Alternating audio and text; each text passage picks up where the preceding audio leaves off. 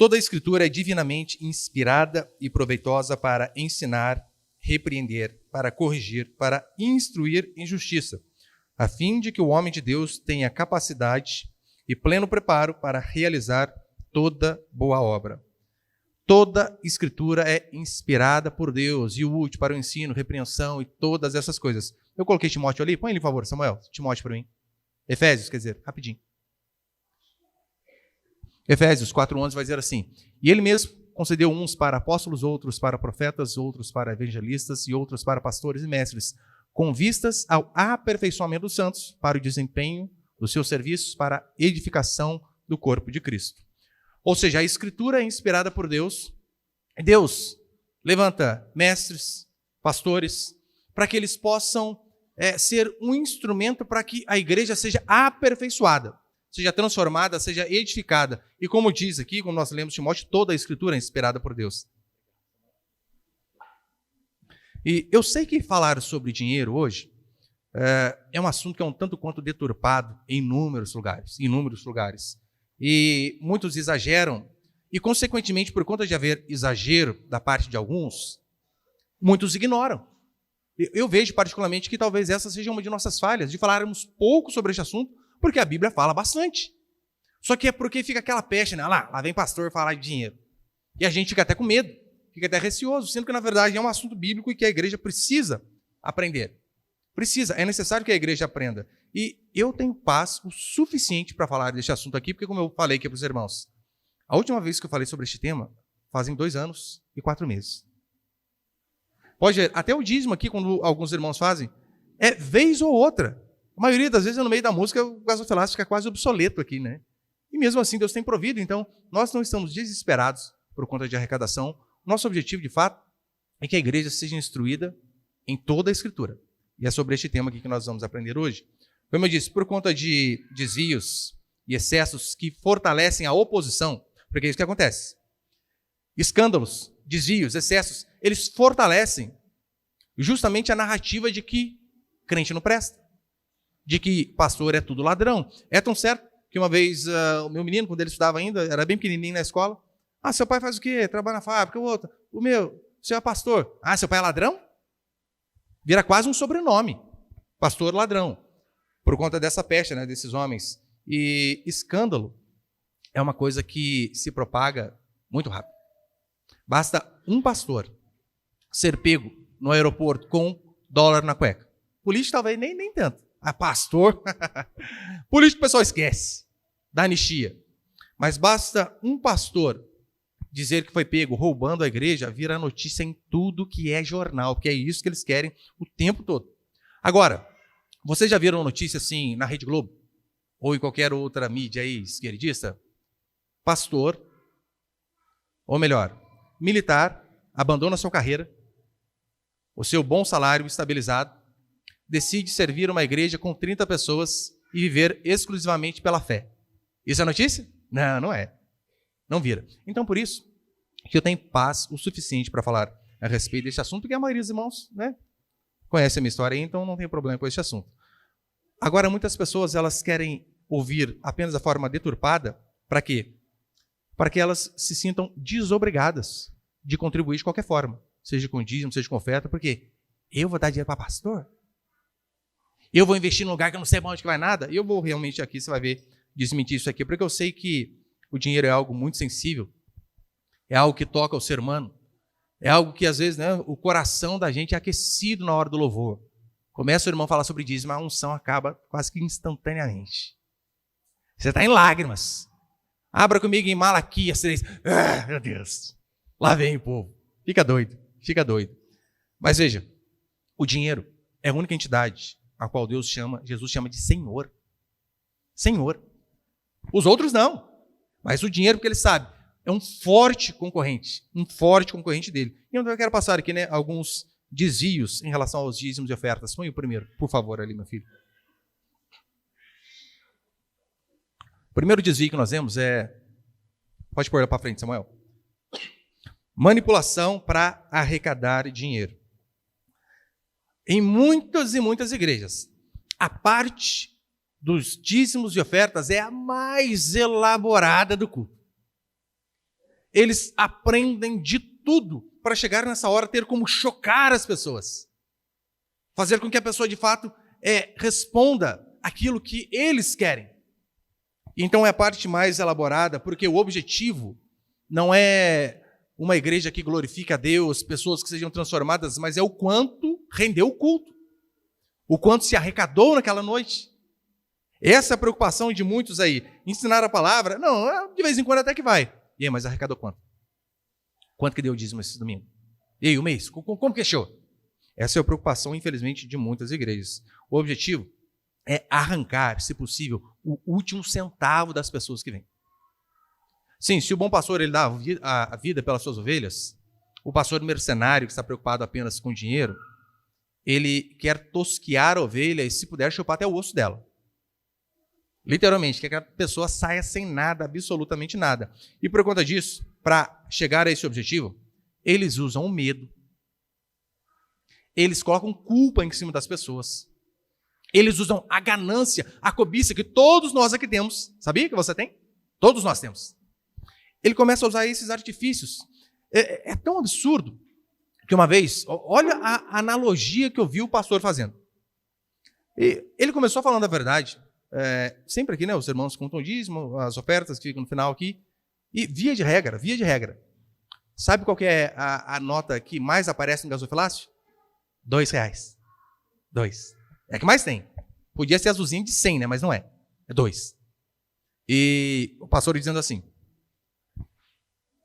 por que por vezes a sua vida não avança? Você, em vez de se preocupar em ofertar uma onça pintada, uma carpa que Jesus multiplicou, na pior das hipóteses, um mico-leão dourado, R$20. É só tartaruga, por isso que a sua vida é devagar. Por isso você não avança. Mas é uma artimanha absurda. O sucesso do culto ele é medido pela quantidade de dinheiro que arrecada. O objetivo é este. E aí? Conseguimos fechar o mês? Conseguimos cumprir aquele objetivo?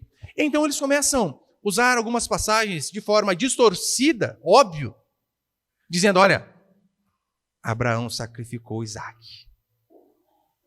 Sacrifique o seu, aleluia!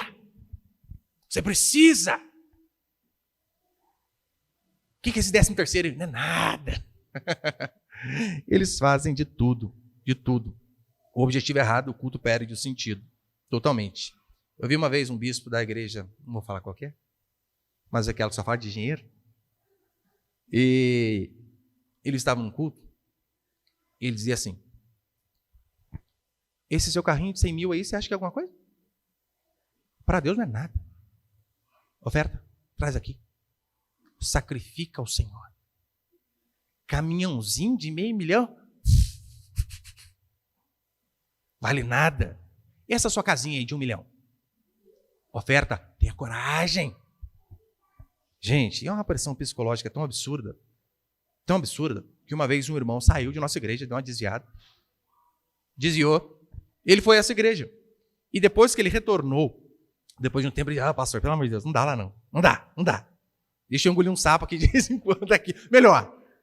Ele voltou para cá, ele dizia que em uma dessas reuniões, a pressão psicológica era tão grande, que ele tremeu para dar a chave do carro para o pastor.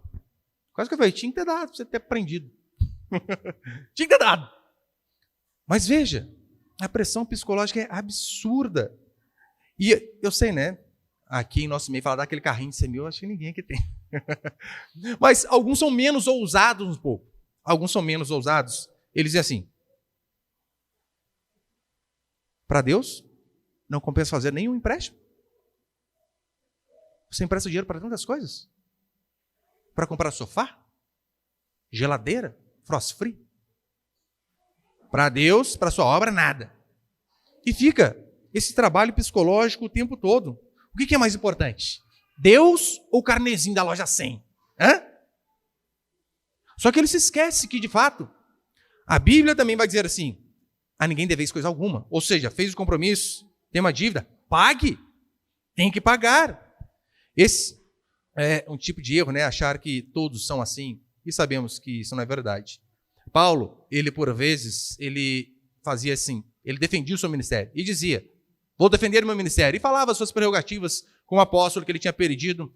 E pastor que se preze, pastor honesto, por vezes ele vai precisar fazer a mesma coisa.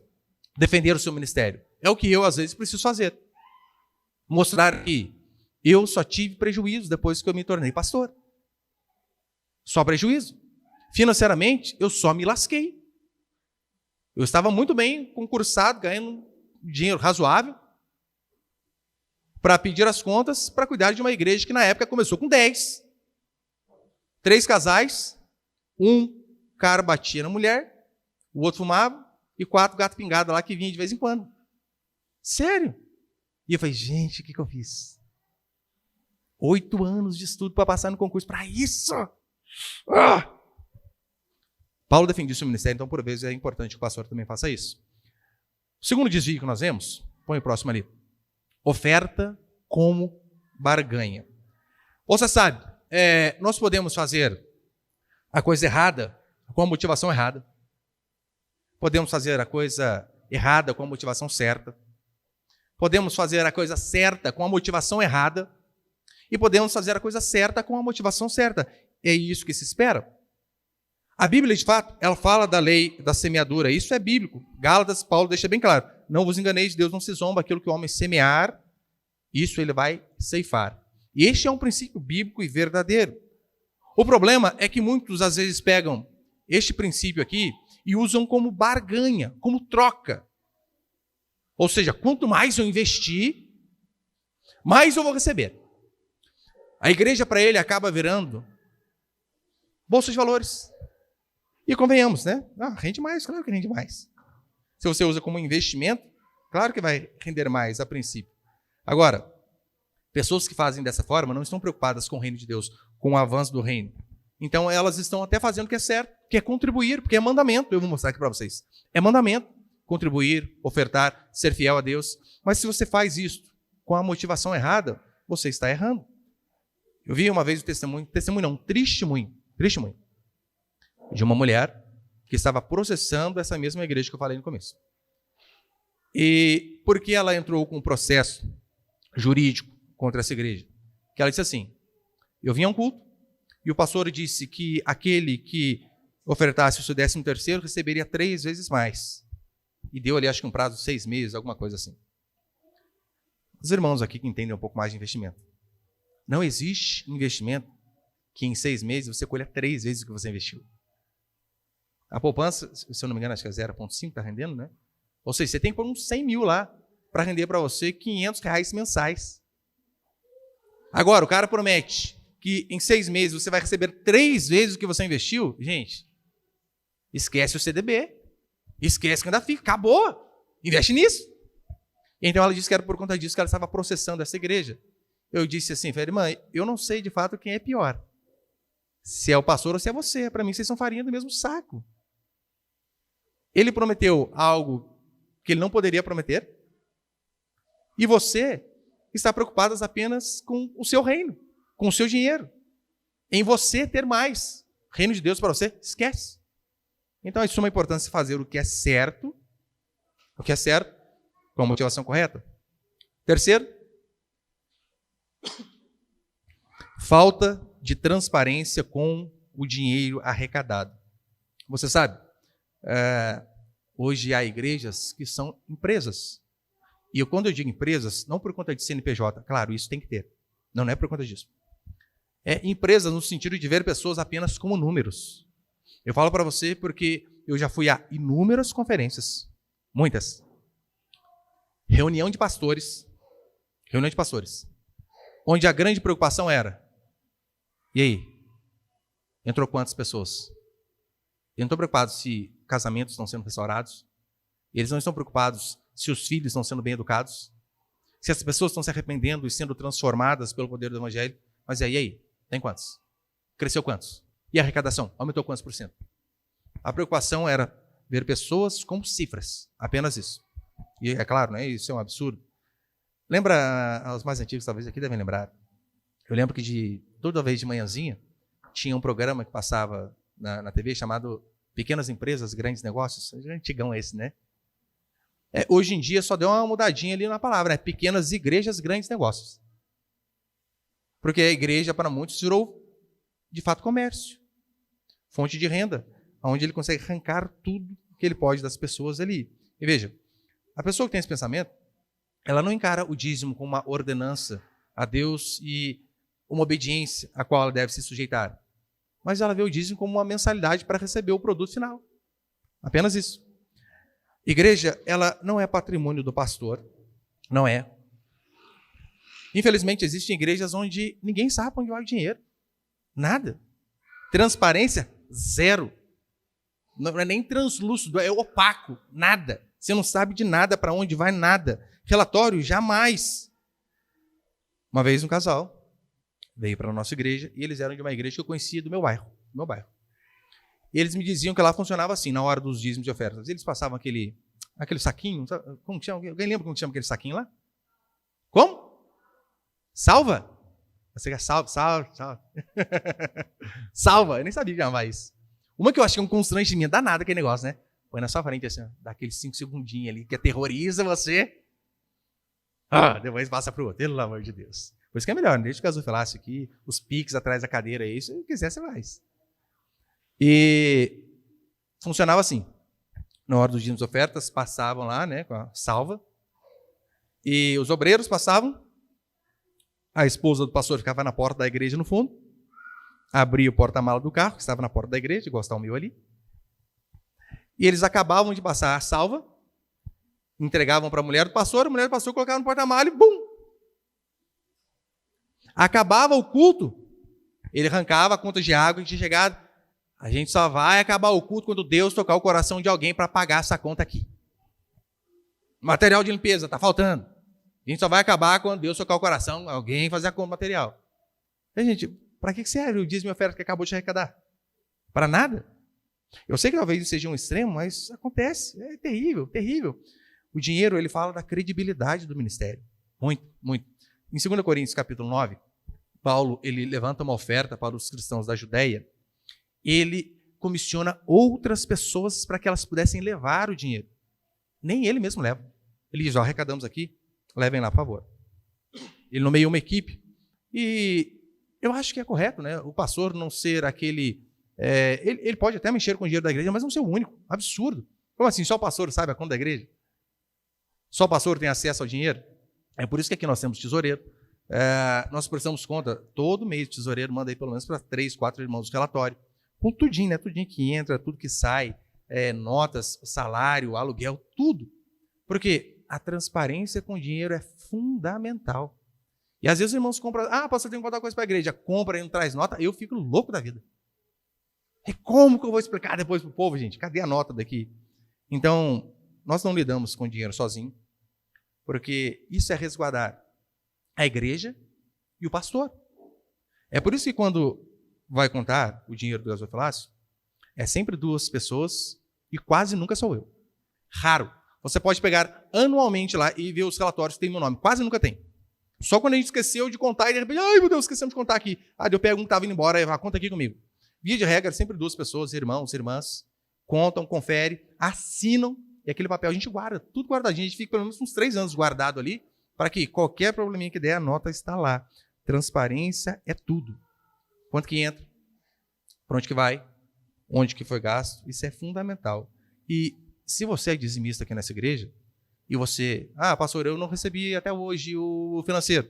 Por exemplo, porque o tesoureiro faz a roleta russa, né? Ele vai mandando, 3 aqui, 3 ali, 4. E se você ainda não recebeu, não precisa ter vergonha, fala para mim. Pastor, pede para mandar para mim, a gente vai mandar no seu e-mail, no seu WhatsApp. Você vai ter acesso a tudo que entra, a tudo que sai, as notas, tudo que for mais importante. Então é fundamental, né? Porque a gente acredita que isso aí traz credibilidade. Credibilidade para a igreja e segurança, óbvio. Segurança para vocês, para contribuir, que sabe para onde vai. E também a segurança para o pastor, para o tesoureiro, porque como? Se quiser dar um tapa em milzão lá, como que nós faz para apresentar o relatório no outro mês? Ei, pastor, tá faltando aqui, hein? Não tem como, não tem como.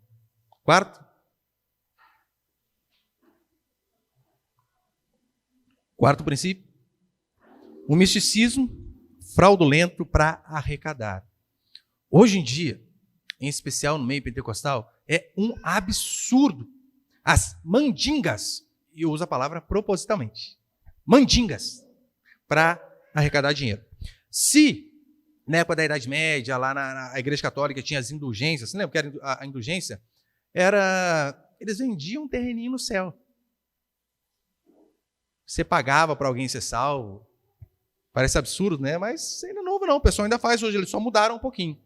O misticismo, na época da igreja primitiva, depois na Idade Média ali também, ele era tão absurdo, que, por exemplo, em Roma, eram encontrados pedaços de lasca da cruz em tudo que é lado.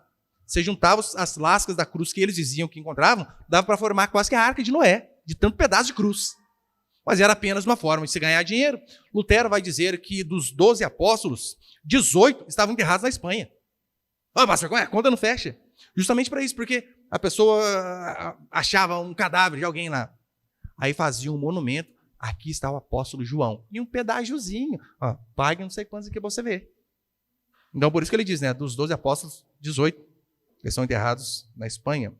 Hoje, os neopentecostais, eles só deram uma roupinha nova, né? Não é mais lasca da cruz. Não. Não é mais o crânio de Pedro, Tiago. Não. É a rosa ungida. Já viu? Rosa ungida. Eu lembro que no começo da minha conversão, você não precisa nem, né, irmão, nem ser um teólogo. Você não precisa nem ter faculdade. Você precisa ser só pelo menos o tique e o teco funcionando. Já é o suficiente. Como assim? Pegue essa rosa, leve para sua casa e ponha na porta. Se a rosa murchar, é porque toda a maldição da casa foi para a rosa. A casa estava carregada. E o povo acredita. Ai, meu Deus. Gente, qual planta, qualquer espécie, que você tira do pé e deixa ali que em 3 dias, sei lá, alguns até menos, murcha. Mas a pessoa vê a rosinha murchando. Bem que o homem de Deus falou. Minha casa estava carregada. Ai, vou levar dinheiro. E vai levar dinheiro para ele. É rosa ungida, manto. Terra de Israel. Eu já fui à casa de irmãos que vieram para a nossa igreja. Da irmã vem feliz, pastor. Sabe esse saquinho aqui? É terra lá de Israel. Irmã, pelo amor de Deus. Você comprou? Não. Fiz um voto. Ai, Jesus. O povo gosta de ser enganado. Irmã, pelo amor de Deus. Óbvio que isso aí é mentira. Já vê, é cajado da bênção, caneta, vassoura. Eu já vi vassoura. Esse pastorado vai para o monte, ora para a vassoura, varrer toda a mandinga da sua casa. Tem que orar para sua mulher, varrer direitinho, limpar certinho. Ora por ela. Não para a vassoura. Mas são todas formas de arrancar o couro do povo. Porque a bênção fica condicionada a você adquirir aquele objeto. No catolicismo, tinha uma frase que era comum, que era assim, olha, se uma moeda no cofre cai, uma alma do purgatório sai. Os evangélicos, eles apenas mudaram, né? Alguma questão de semântica ali, mas ficou algo mais ou menos assim. Quando o dinheiro dos votos entram, sobre sua vida são derramadas bênçãos. Mas é apenas uma forma de arrancar o dinheiro. E são terríveis. Colocam medo. Amedrontam as pessoas. A ponto da pessoa ficar desesperada.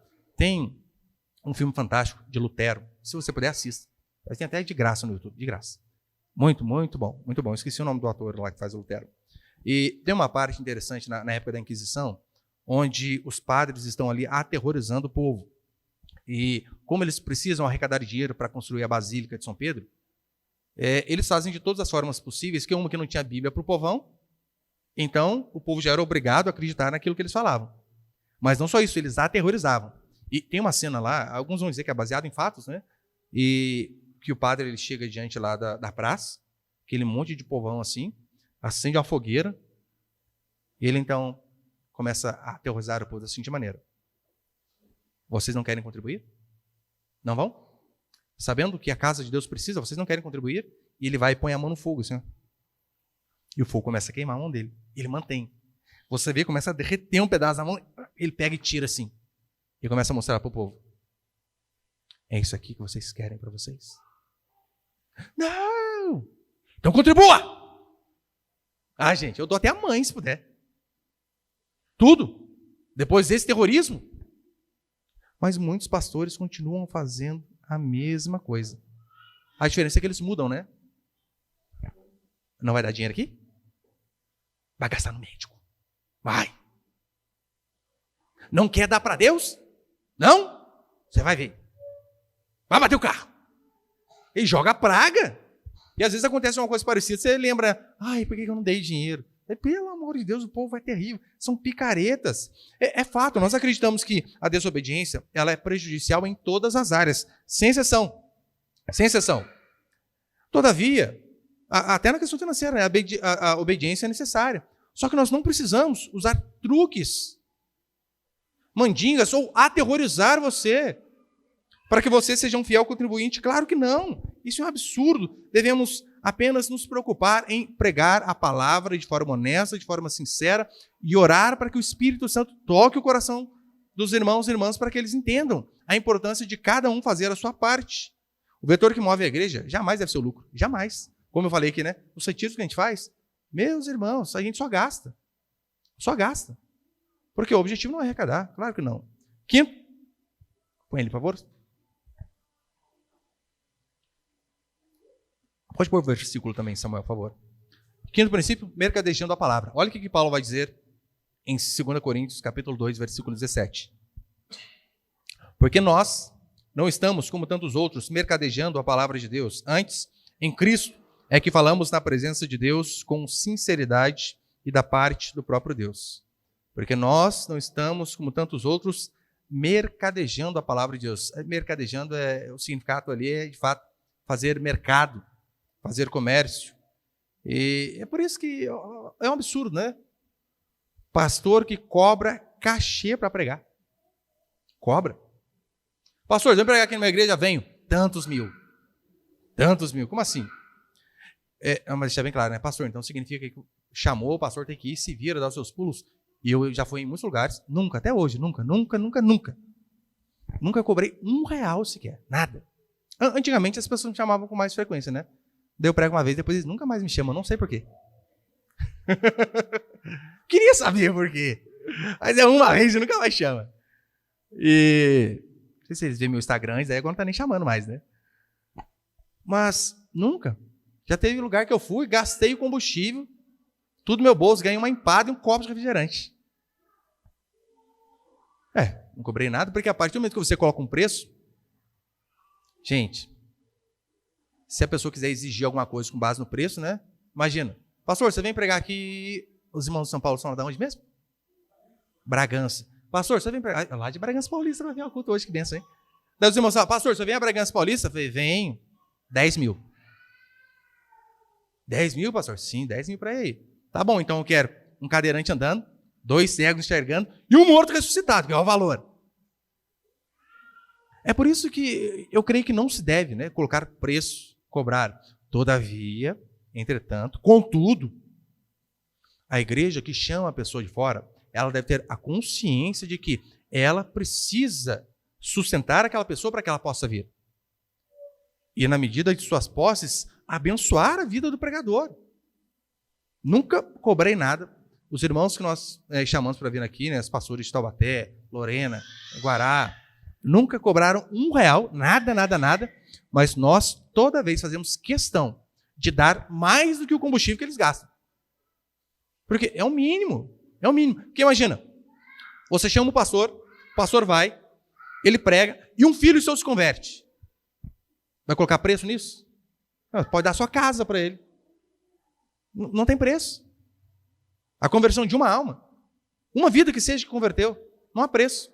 Por isso nós acreditamos que nós devemos não cobrar nada, só que em contrapartida a igreja ela precisa saber que ela tem essa função. Ou imagina o seguinte, você pega lá, seu carro deu um problema lá longe, lá em São José.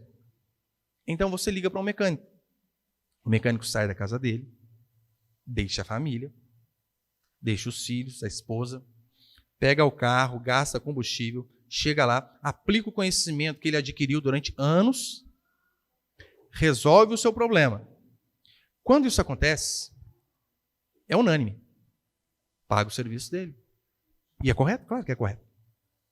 Mas você percebeu que com o pastor as pessoas agem diferente? Sendo que o pastor, via de regra, faz a mesma coisa.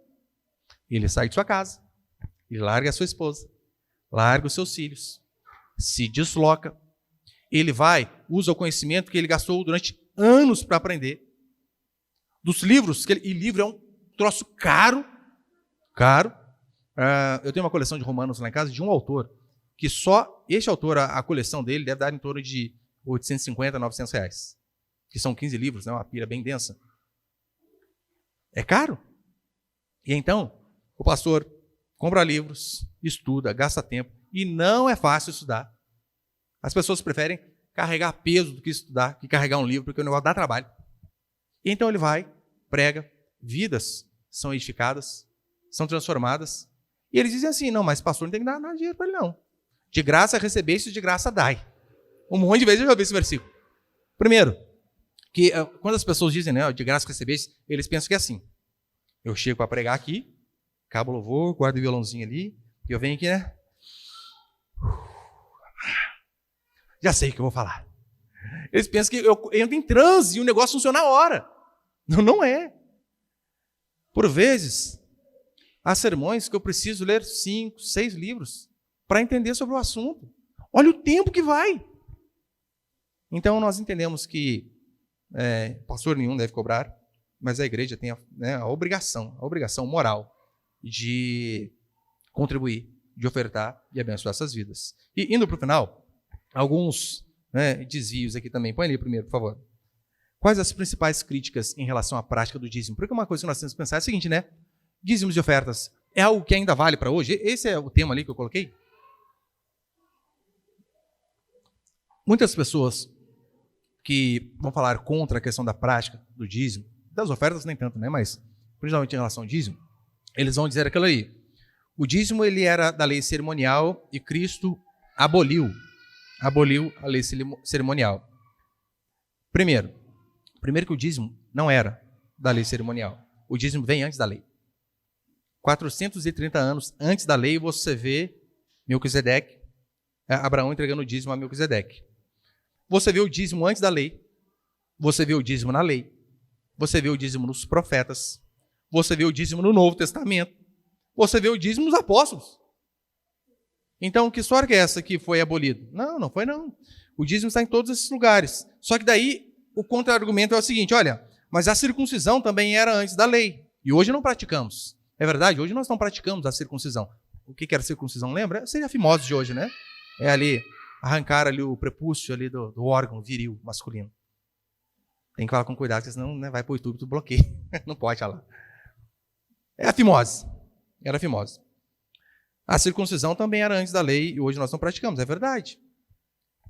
Da mesma forma que a Páscoa foi substituída pela ceia, a circuncisão foi substituída pelo batismo. O batismo é o sinal da sua entrada no meio do povo de Deus. É o sinal externo de que você se arrependeu dos seus pecados. Agora, se nós vemos essa substituição em relação a, por exemplo, como eu falei aqui, em relação à Páscoa, em relação à ceia, você não vê em nenhum lugar mostrando que o dízimo também foi substituído. Foi trocado por alguma coisa. Não. Mateus 23, 23, olha o que Jesus vai dizer. Põe, Nicão. Mateus 23, 23. Ai de vós, escribas e fariseus hipócritas, porque dais o dízimo da hortelã, do endro e do cominho, e tendes negligenciado os preceitos mais importantes da lei, a justiça, a misericórdia e a fé. Devias, porém, fazer essas coisas sem omitir aquelas. Devi fazer essas coisas, não tem, pode voltar ali. Fazer ali a misericórdia, a fé, que é o mais importante. Vocês devem fazer essa, sem omitir qual? Aquelas que vieram antes. O dízimo. Do endro, hortelã, do cominho. Não tem uma coisa ou outra, é uma coisa e outra. O que Jesus está combatendo aqui, na verdade, é a prática errada desses fariseus. Por quê? Eles viam, na verdade, o dízimo como um salvo-conduto, com uma blindagem para eles fazerem aquilo que eles quisessem. Desde que eles dessem o dízimo, não tinha problema bater na esposa de vez em quando, não. Não podia. Claro que podia. Dá um puladinho de cerca, dá um perdido no final de semana, não tem problema não. Como eu disse, Mateus 23, 23, não é uma coisa ou outra, é uma coisa e outra, porque são coisas diferentes. Coisas diferentes. Segundo, põe por favor, agora estou encerrando mesmo. E uma que você vê, né? Jesus ali, ele ratificou a prática do dízimo. Não anulou de jeito nenhum. O dízimo era para o sustento dos sacerdotes e dos levitas. Então ele dizia assim, olha, mas antigamente o dízimo era para... Esta era a função. Sustento dos sacerdotes e dos levitas. E como hoje não há mais levitas, e de fato não há, levitas no sentido bíblico não existe. Por isso quando você vê alguém dizendo, eu sou levita. Quando alguém fala isso, eu sempre pergunto, você é da tribo de Levi ou você flutua? É uma das duas. Porque eles falam levita no sentido, que canta. Eu canto. Não? Pastor, mas hoje não há mais a tribo de Levi. Isso é verdade, né? Mas e a questão do sacerdote?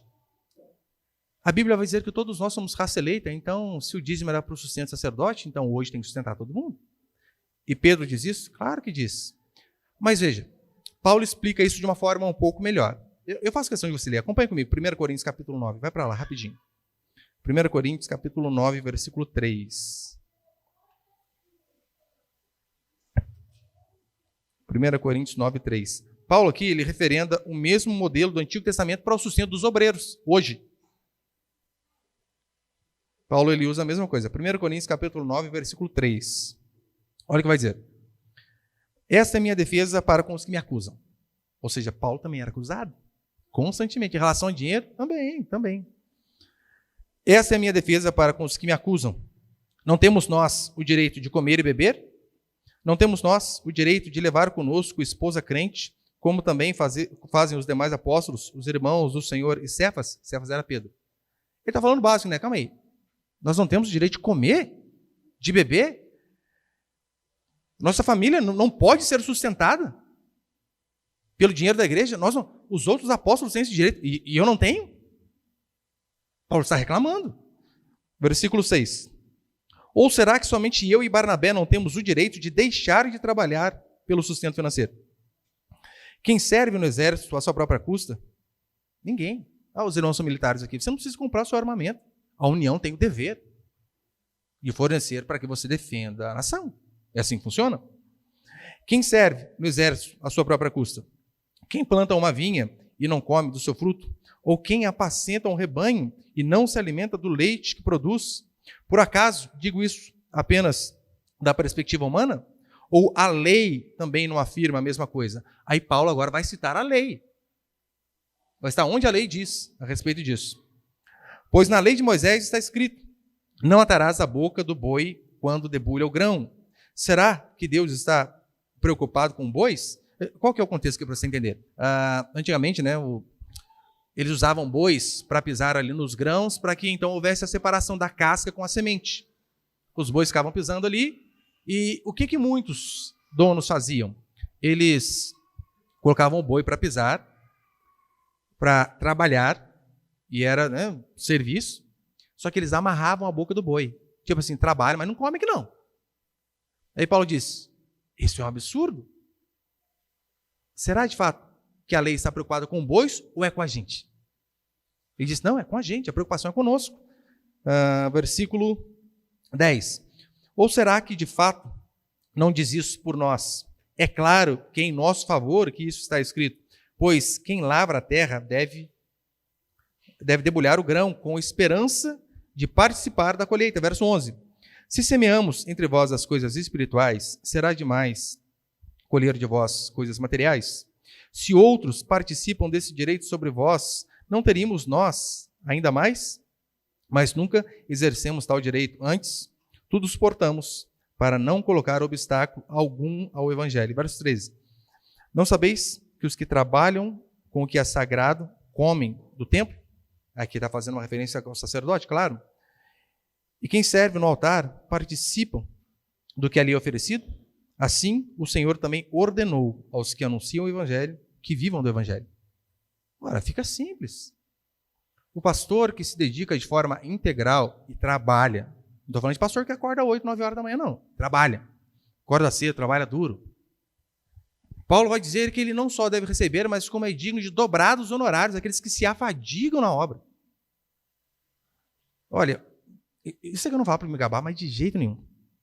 Dia de regra, o horário de expediente ali, da maioria das pessoas, é das 8 às 5, né? Das 8 às 6, não sei como que é hoje. Das 9 às 6. O pastor não tem horário. É às 6 da manhã. Ontem eu fui dormir às 3 da manhã. Hoje eu dormi até um pouquinho mais tarde, até às 7. Mas via de regra, 5 e meia, 6 horas. Trabalho duro, dia inteiro lendo, o dia inteiro estudando. As pessoas precisam, na hora eu saio. Meu celular jamais fica desligado. Fulano, precisou? Vou. Meu carro está aí para servir todo mundo. Então Paulo vai dizer, se você vê que de fato o pastor ao qual você congrega na igreja é honesto, ora, ele deve ser sustentado. É um dever. Você consegue ver? Eu jamais, né? É até ruim falar esse tipo de coisa aqui, mas é importante porque a igreja também precisa saber desse tipo de assunto. É um assunto bíblico e como nós começamos lendo, toda a Escritura é inspirada por Deus. Toda a Escritura, sem exceção. Esse aqui é apenas mais um assunto. E veja, é por isso que nós continuamos sendo fiéis a Deus, às vezes até quando as pessoas falam mal, às vezes quando a arrecadação falta. Não temos problema com isso. Porque a Escritura é clara. Aquele que anuncia o Evangelho, que viva do Evangelho. Como eu falei para vocês, eu não, os pastores da nossa igreja, todos, para serem pastor, só saíram no prejuízo. Eu talvez, carreira concursada até que é alguma coisa, né? Mas tem pastor da nossa igreja que tinha 3 restaurantes em Ubatuba. Tem pastor de nossa igreja que tinha passado em time profissional de futebol. Largaram mão pelo Evangelho. Ora, então, esses daí não devem ser remunerados e se afadigam ainda na palavra? Devem, é o que a palavra de Deus vai dizer. Malaquias diz que nós somos amaldiçoados e Jesus já levou nossa maldição. Muitos dizem assim, é verdade, Malaquias, com maldição sois amaldiçoados. Mas Jesus levou toda a maldição, nós queremos? Claro que sim. Só que nós não estamos debaixo da condenação, da maldição condenatória. Mas quem diz que deixar de ser fiel com coisas simples, como dízimos e ofertas, não nos afeta? Claro que afeta com toda certeza. Então, por isso que ao invés de você procurar desculpas para ser avarento, porque é isso que a maioria faz, procura falhas, procura desculpas, procura textos fora de contextos para ser avarento, para não contribuir. Por que você não procura versículos, passagens que, na verdade, incentivam a contribuição? Pode ter certeza. Vai ser abençoado. Hoje eu conversava com o Manassés aqui na hora do almoço. Eu falei para ele, olha, há 17 anos na igreja. Eu nunca vi alguém que de fato foi fiel com o dízimo dizer assim, só me lasquei. Impressionante. Foi começar a dar o dízimo e as coisas começaram a dar errado. Foi começar a ser fiel com o dízimo, nossa, a vida empacou. Não estou dizendo que você não vai passar por períodos de dificuldade. Passa, óbvio que passa. Passa sim. Mas a médio e longo prazo, você vai ver a bênção de Deus. Eu falo isso porque, ora, pode ser não de forma direta, né? O irmão hoje está falando para mim, pastor, comecei a dar o dízimo, é impressionante. Eu estou concorrendo a uma vaga de promoção agora. Coisa que há anos eu não conseguia. Eu acredito que de fato é fruto da bênção de Deus. Anos sem fazer aquilo, ele fez. E ele falou assim, olha, o outro lá trabalha comigo, deu um monte de roupinha de criança para mim, um monte. Eu falei, poxa, daí às vezes é R$200 que o cara separa do dízimo e ele ganha R$400 de roupa. Será que ele não consegue ver Deus suprindo? Deus vai suprir, de uma forma ou de outra vai suprir, com toda certeza. Agora, eu e você temos que parar de dar desculpa para a avareza. A Bíblia diz que nós somos mordomos do nosso dinheiro. Ou seja, o dinheiro é de Deus, está conosco apenas para administrarmos. E devemos fazer isso da forma correta. E não ficar fazendo barganha. Olha o absurdo. Eu tenho liberdade para falar com os irmãos aqui, né? Irmão, poxa, eu não tenho visto você contribuir e tal. Eu tenho liberdade porque para mim não me pesa. Não me pesa isso daí. E eu sei que é bênção para vocês. E eu dizia para uma irmã, né? Falei, irmã, nossa, há tantos anos na igreja, até hoje você não consegue ser fiel com dízimo, contribuir. Ela, pastor, mas veja, eu não sou fiel com dízimo, mas precisa limpar a igreja, eu estou lá. Precisa fazer pizza, eu estou lá. Precisa arrecadar as coisas para o bazar, eu estou lá. Irmão, mas barganha agora? Se for assim, tem irmãos aqui, por exemplo, o Edivaldo com a Camila está com a gente aqui desde 1900 antigamente. Desde quando fundou a igreja. Trabalham muito, quando precisa, estão sempre com a gente. Então a gente tem que pagar para eles. De tanto trabalho. Então você consegue ver que por vezes a gente usa desculpas, e às vezes até alguns versículos ali, só para externar o nosso coração avarento. E para encerrar, põe ali o terceiro, por favor. Vou parar nesse.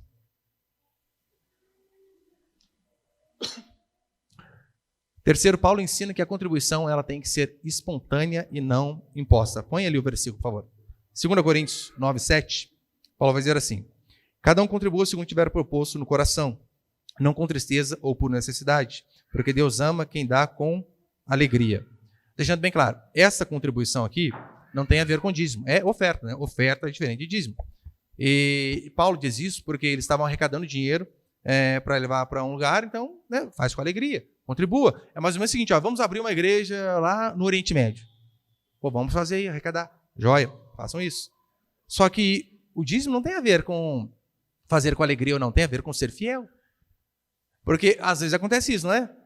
Pastor, eu queria dar o dízimo, mas eu não estava com o coração daquele jeito, então a Bíblia diz que tem que dar com alegria, por isso que eu não dei. Você faz isso lá com o carnezinho das Casas Bahia? Você dá uma ligadinha no saque, no 0800 lá, eu ia pagar televisão esse mês, mas eu não estava tão feliz, não estava tão alegre, por isso que eu não paguei. Ora, você honra o seu compromisso, assim eu e você também devemos fazer. Põe em 2 Coríntios, rapidinho. Põe para frente, por favor. 2 Coríntios, capítulo 11, versículo 8 e 9.